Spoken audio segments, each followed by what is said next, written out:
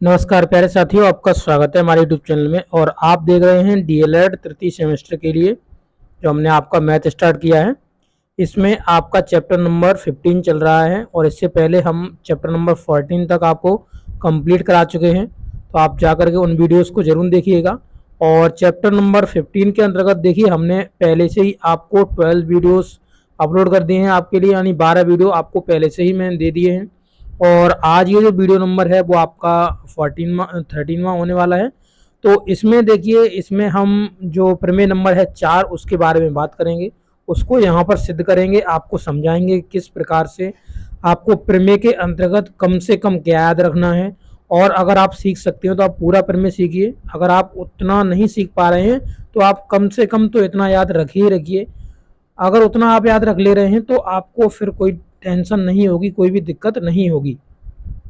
अगर आप उतना भी याद नहीं रख पा रहे जितना कि हम लास्ट में आपको बताएंगे कि आपको कितना याद रखना है, तो फिर आपका इस वीडियो को देखने से और इस प्रमेय को समझने से कोई भी फायदा नहीं है। तो चलिए चलते हैं, वीडियो को स्टार्ट करते हैं। अंत तक बने रहिएगा ताकि आपका इस प्रमेय के रिगार्डिंग जो भी कॉन्सेप्ट है वो मैं आपको समझा पाऊँ। तो चलिए वीडियो स्टार्ट करते हैं। तो देखिए साथियों, ये आपकी प्रमेय नंबर 4 है और इस प्रमेय में क्या पूछा हुआ है, तो इसमें आपसे दो प्रमेय के सिद्ध कर रहा है। देखिए, इस प्रमेय में 2 पॉइंट दिए गए हैं। पहला प्रमेय इसका पॉइंट दे रहा है कि दीर्घवृत्त में जो कोण बनता है वो न्यून कोण बनता है, लघुवृत्त खंड में जो कोण बनता है वो अधिक कोण बनता है। तो पहले मैं आपको ये समझा दूं कि दीर्घवृत्त खंड और लघुवृत्त खंड होता क्या है, क्योंकि ये जब आपको पता चल जाएगा तो आपको कोई भी प्रॉब्लम नहीं होगी। ठीक है, तो चलिए देखिए, इसमें मैं समझाता हूँ। जैसे मान लीजिए, एक मैं इसमें जीवा ले लेता हूँ, ये वाली एक जीवा ले लेता हूँ। तो इसमें जो आपको नीचे की साइड पे दिख रहा है ये लघुवृत्त खंड है, यानी छोटा वृत्त खंड है। यहाँ पे देख सकते हो ये बहुत ही छोटा है। और जो ऊपर वाला पोर्शन आपको दिख रहा है ये आपका दीर्घवृत्त खंड है। तो ये तो आपके वृत्त खंड का ये कॉन्सेप्ट क्लियर हो गया कि लघु वृत्त खंड क्या होता है, दीर्घ वृत्त खंड का क्या होता है। तो आप देखकर ही बता सकते हो कि ये लघु वृत्त खंड है या दीर्घ वृत्त खंड है। तो देखिए, इसमें इसने जो कहा हुआ है, इसने ये कहा कि ये जो लघु वृत्त खंड आपको नीचे दिख रहा है, इसमें जो एंगल बनता है वो हमेशा 90 से प्लस बनेगा। 90 से प्लस बनेगा यानी अधिक कोण बन रहा है। और यहाँ पर जो दीर्घवृत्त खंड में जो कोण बन रहा है ये हमेशा 90 से जो एंगल होगा वो हमेशा कैसा बनेगा, तो हमेशा ही ये कम बनेगा, यानी 90 से ये हमेशा कम रहने वाला है। और यहाँ पर जो है ये प्लस में रहने वाला है, ये नेगेटिव में रहने वाला है। इसका कहने का मतलब ये है। तो हम इस चीज को सिद्ध करेंगे। किस प्रकार से कर सकते हैं, बहुत ही आसान भाषा में, सरल भाषा में मैंने आपको यहाँ पे समझाया हुआ है। इससे सरल और कुछ नहीं हो सकता, क्योंकि मैंने यहाँ एक एक पॉइंट को आपके लिए उतार दिया है। देखिए यहाँ पे ओ केंद्र वाला वृत्त एक वृत्त खंड, एक वृत्त है। वृत्त खंड एसीबी, एसीबी में कोण एसीबी बन रहा है। देखिए वृत्त खंड एसीबी, तो यहाँ से देखेंगे तो ये जो वाला आपका वृत्त खंड बन रहा है पूरा, यहाँ से यहाँ तक का जो पोर्शन, ये वाला आपको पोर्शन दिख रहा है अंदर का, ये जो वृत्तखंड आपको दिख रहा है, ये पूरा वृत्तखंड जो है उसमें जो आपका कोण बना है वो बना है एसीबी। तो ए ये रहा, सी ऊपर रहा और बी नीचे रहा। तो ये एसीबी का कोण बन गया इस वृत्तखंड में। ऊपर वाले वृत्तखंड की बात कर रहा है, देखिए ये यहाँ से लेकर के ये आपका पूरा पोर्शन हो गया। इसमें जो कोण बन रहा है वो एसीबी, ये आपका कोण बन रहा है। ठीक है, और यहीं से अगर लघु वृत्तखंड की बात करेंगे तो यहाँ पर देख सकते हो ये आपका लघु वृत्तखंड है, जिसे आप एडीबी कहोगे, एडीबी। तो देखिए ए और यहाँ पे बी डी, या आप एडीबी कह दो इसे। तो ये आपका लघु वृत्तखंड है। ये दोनों वृत्तखंड की बात हो गई। तो इसमें जो कोण बनेगा वो एडीबी बनेगा। तो यहाँ आप लघु वृत्तखंड में देख लीजिए, तो यहाँ पर ये ए डी और बी आपका कोण बन रहा है, यानी जहाँ पे एंगल आपको दिख रहा है वो डी वाला एंगल दिख रहा है। अब आपको सिद्ध क्या करना है, तो देख लीजिए, कह रहा है सिद्ध क्या करना है। तो एसीबी जो है वो न्यून कोण है।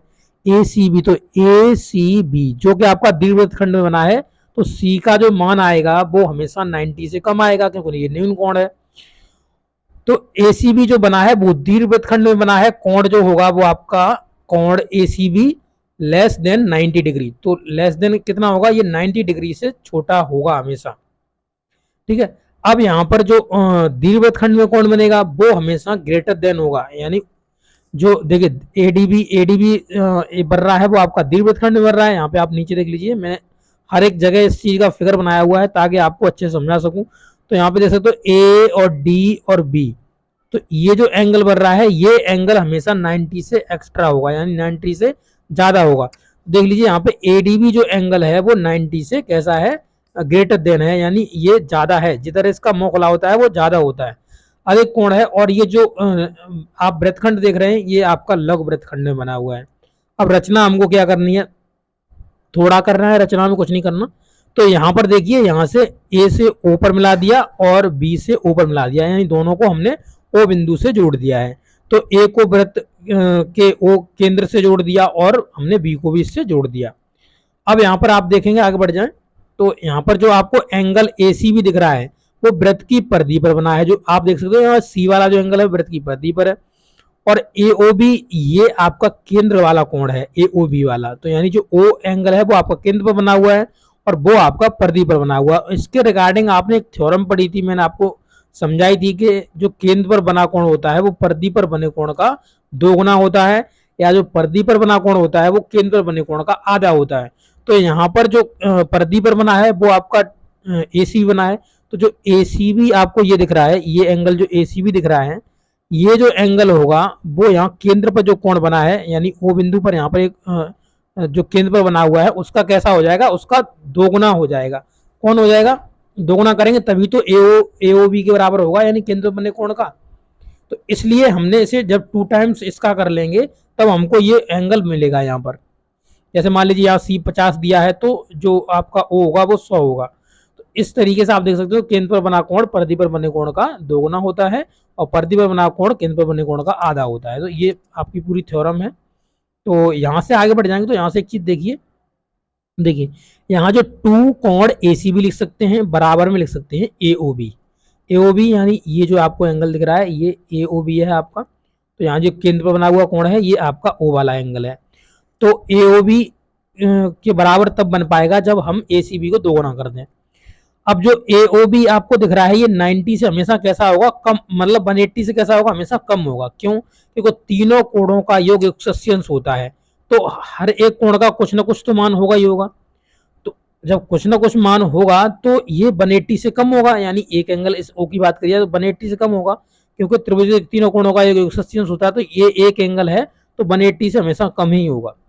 जब 180 से कम होगा तो इसे भी हम लेस देन 180 रख देते हैं। 2 कोण ACB 180 लेस देन है।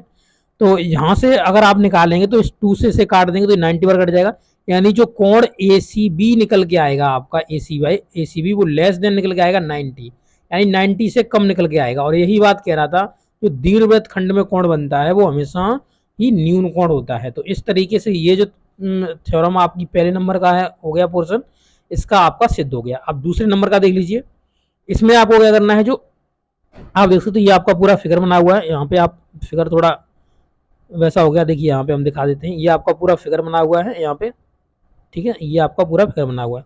तो यहाँ पर इस चीज को हमने मान लिया कि ये 2 थीटा है, ऊपर वाला जो एंगल ये आपको दिख रहा है ये मैंने आपको मान लिया कि आपका 2 थीटा, और यहाँ पर जो डी एंगल दिया है वो हमने थीटा मान लिया।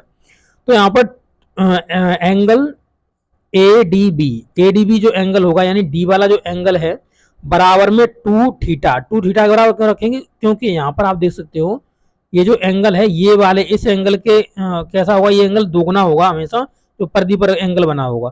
तो परिधि पर एंगल बना है थीटा, और तो यहाँ पर बन जाएगा 2 थीटा केंद्र पर, ठीक है। तो इसलिए हमने यहाँ पे 2 थीटा रखा हुआ है, समझ गए हो गए आप।